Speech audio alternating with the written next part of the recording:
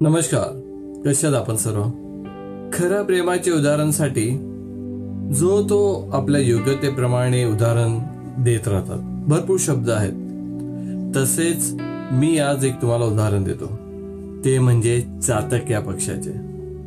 तुम्ही यापूर्वीही बहुतेक चातक पक्षाबद्दल ऐकलंही असेल, तरी मी आज आणखीन काहीतरी जोडण्याचा प्रयत्न करतो. जसे तहानलेले असतानाही तो नदी नाल्यांच्या पाणी पित नाही, कारण त्याला फक्त शुद्ध पावसाचा थेंबच स्वीकार्य असतो. चातक पक्षाची कथा ही केवळ निसर्गाची गोष्ट नाही, तर ती खऱ्या प्रेमाची एक सजीव रूप आहे. जसं चातक फक्त आकाशातून थेट पडणारे शुद्ध पावसाच्या थेंबाची वाट पाहत असतो ना, तसेच खरे प्रेमही एक निखळ भावनेचे शुद्ध एक प्रतीक असतं. खरं प्रेम म्हणजे सुविधा आहे म्हणूनच नसतं. जसं भेटणं सोपं, बोलणं सोपं असतं, भेटणं सोपं असतं, सगळं सहज देता जुळतं म्हणून प्रेम आहे असं शक्य नाही. कधी कधी अशा प्रेमात फार अंतर असते. बोलणे शक्य नसते, बघणे शक्य नसते, भेटणे शक्य नसते, प्रेम व्यक्त करता येत नाही.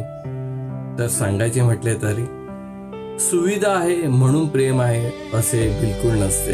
तर प्रेम श्रद्धेचे आणि प्रतीक्षेचे एक प्रतीक आहे. श्रद्धा आणि प्रतीक्षा हे त्याचंच नाव आहे. चातक जसं तहानलेला असतानाही नदी नाल्यांचं पाणी पित नाही, कारण त्याला फक्त शुद्ध पावसाचा थेंब स्वीकार्य असतो. तसंच खरं प्रेमही कोणत्याही स्वार्थाशिवाय, कोणत्याही तडजोडीशिवाय वाट पाहू शकतो, कायम राहू शकतं, शुद्ध राहू शकतं.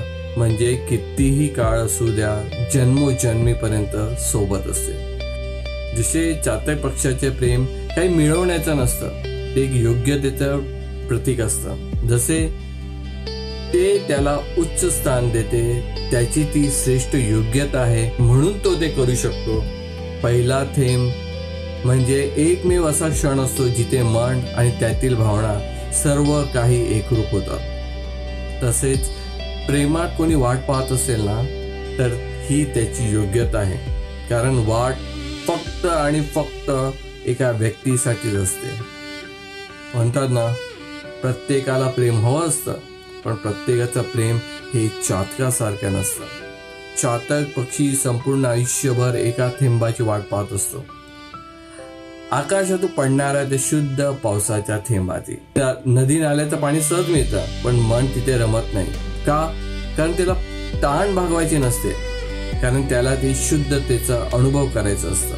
खरं प्रेम पण असंच असतं, ज्यात अपेक्षा नसते, फक्त प्रतीक्षा असते. जे मिळतं म्हणून नाही, तर मनाच्या खोल अंतरात जाण्यासाठी, जिथे परमेश्वराचा निवास आहे म्हणून ते प्रेम जपलं जातं.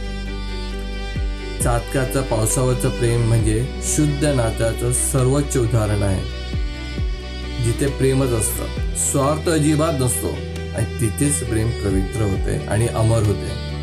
अशी जी चातक पक्षाच्या चित्तातली जी प्रेमाची भावना आहे ना, ती सर्वांच्या चित्तात अशीच जागृत हो, अशी मंगल कामना करून आपल्यालाही ते सौभाग्य लाभो.